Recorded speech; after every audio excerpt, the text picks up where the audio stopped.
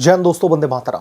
भारतीय न्याय व्यवस्था में समानता का सिद्धांत हमेशा से सर्वोपरि रहा है, लेकिन पिछले कुछ सालों में सुप्रीम कोर्ट की कार्यप्रणाली में एक वीआईपी कल्चर ने जड़ें जमा ली थीं।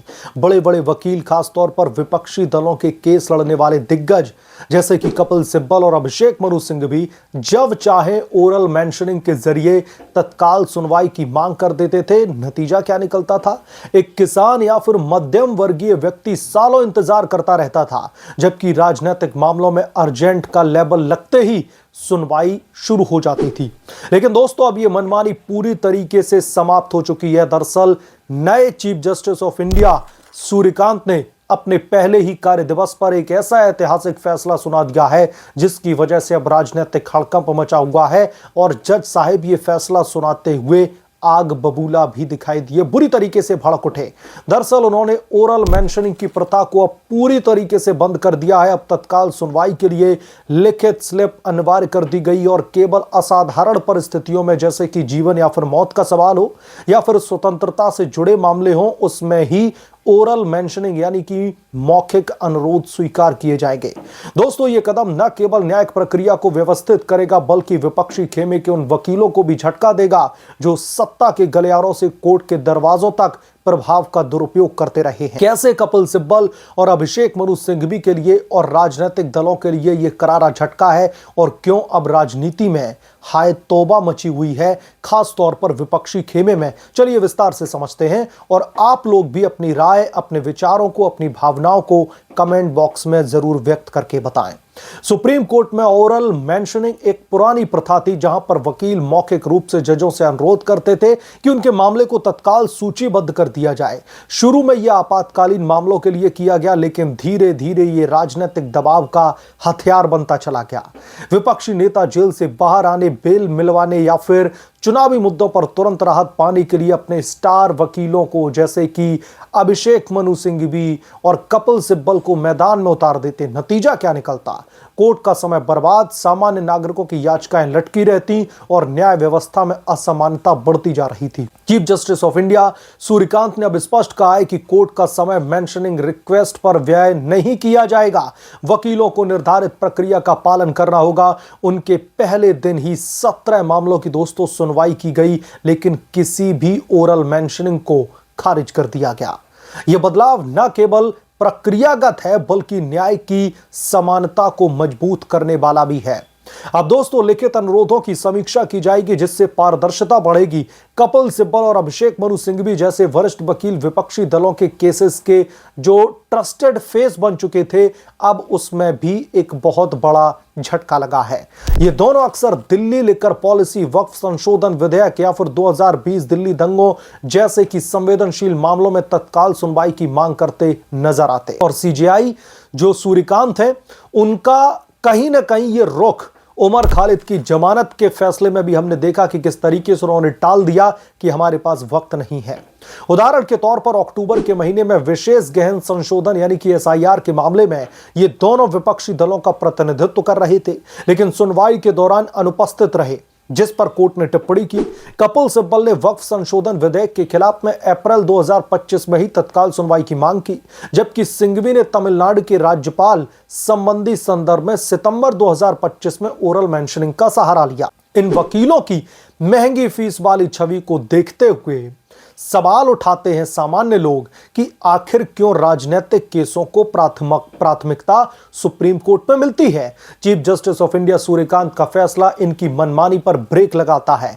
अब वो लिखित स्लिप के बिना कोर्ट के दरवाजे नहीं खटखटा सकते, जो विपक्षी खेमे में अब हड़कंप मचा रहा है। राहुल गांधी के बहुत सारे केसेस हैं, चाहे विपक्षी दलों की दूसरी पॉलिटिकल पार्टी की बात कर ले। ममता बनर्जी एसआईआर को लेकर के बुरी तरीके से बिलबिलाई हुई है।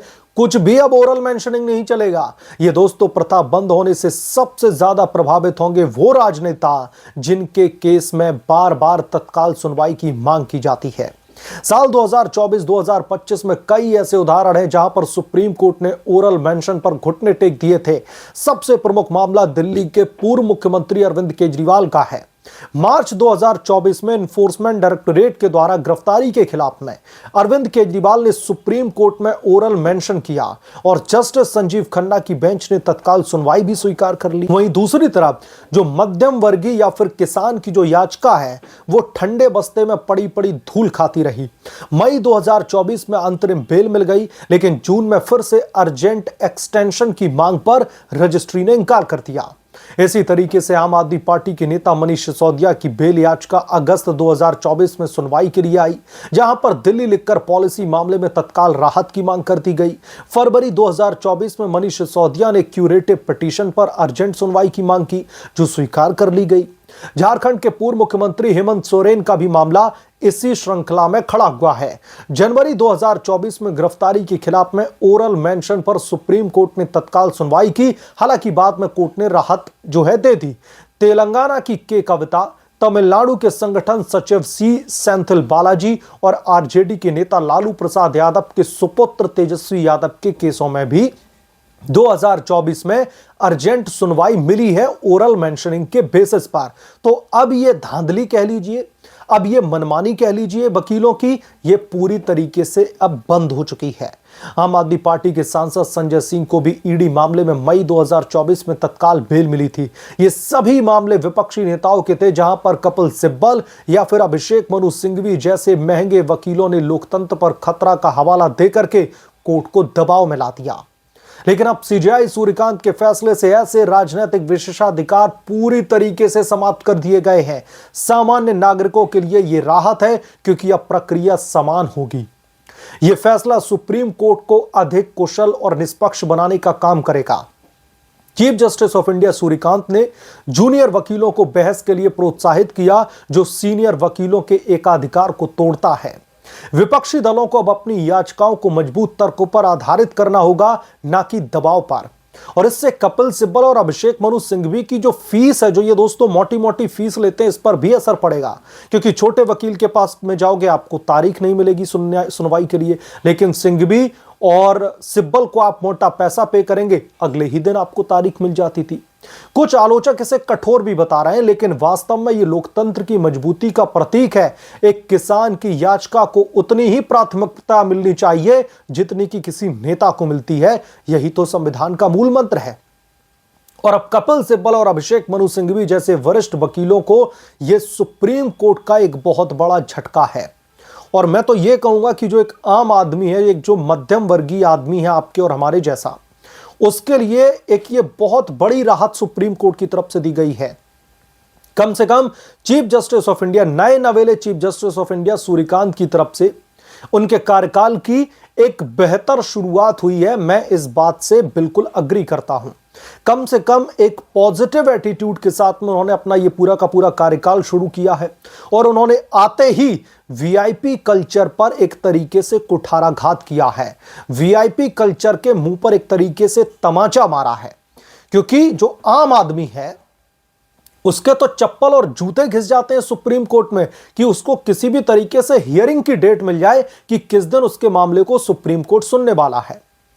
और लंबे समय बाद जैसे तैसे मध्यम वर्गीय आदमी की सुनवाई लगती भी थी, वहां पर सुनवाई होती है, जज साहब फिर से 3-4 महीने के लिए टांग देते हैं, क्योंकि उन 3-4 महीनों के दरमियान में जो वीआईपी केसेस हैं, जो बड़े बड़े केसेस हैं, जिन्हें मोटे मोटे पैसे लेकर के जो वकील साहब जो चुनाव लड़ रहे केस लड़ रहे हैं, उनकी वजह से यह सब कुछ होता था।